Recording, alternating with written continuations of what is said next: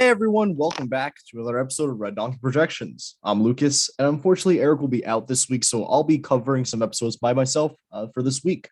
Today, we'll be doing a double upload. The first episode will be about the 2021 Boston mayoral election. I'll be making my predictions on who I believe will win this race and give a background of the race itself. And with that being said, let's get right into it.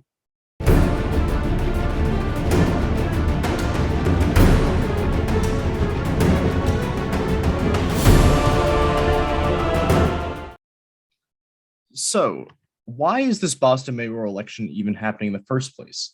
The reason for this is because the incumbent governor, Marty Walsh, was appointed by Joe Biden to be part of his cabinet, to be the Secretary of Labor.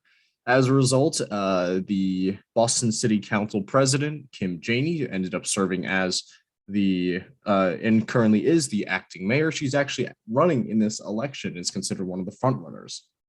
Of the candidates to note, Andrea Campbell was initially one of the bigger frontrunners, but ever since other candidates hopped in, she's kind of dropped a bit. And especially with Marty Walsh not running in this race anymore, the dynamics of it changed for sure.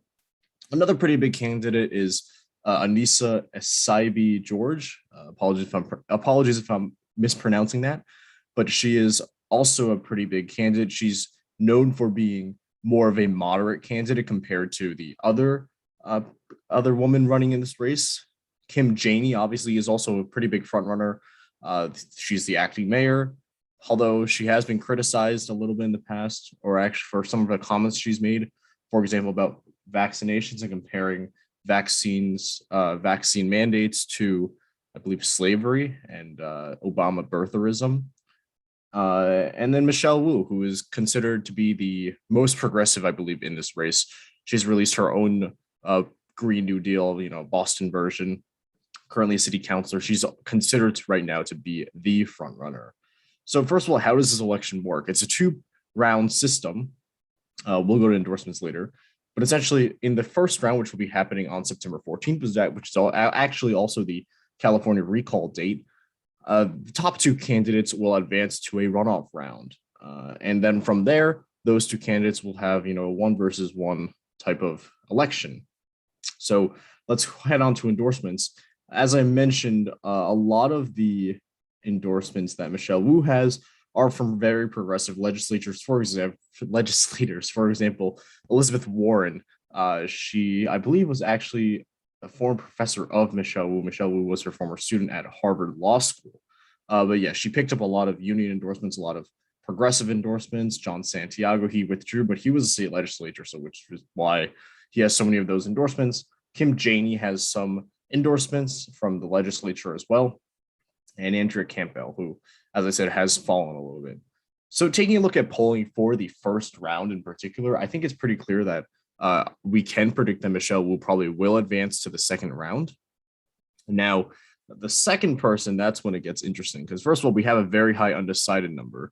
Even when I'm saying that Michelle Wu probably has a good chance, it's hard to tell considering we have so many undecided voters in this election. But the second place call is going to be pretty tough. It's going to be a close race between Campbell, Essaibi George, and Janey. I have been I would say this, in the recent polls that we've been having, Kim Janey has been, Essaibi George has been picking up a lot of steam and is, doing much better in the polls than she was before. For example, she only had 6% in the first poll.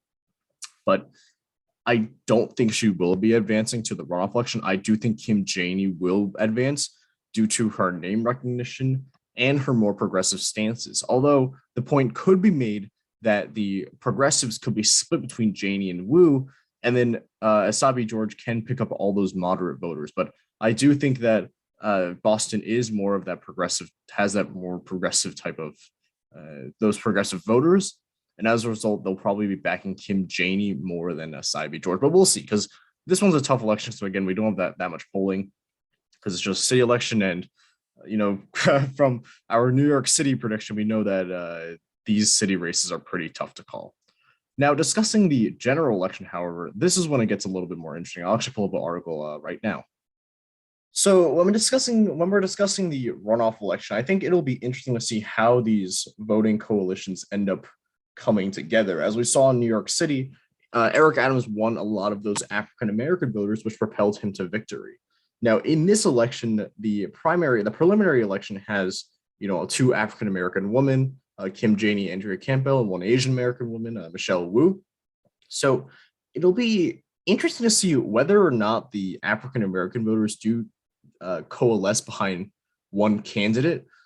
For example, if Kim Janey were to advance, would they all end up backing her? And to see how that split would occur. So I don't know too much yet about that.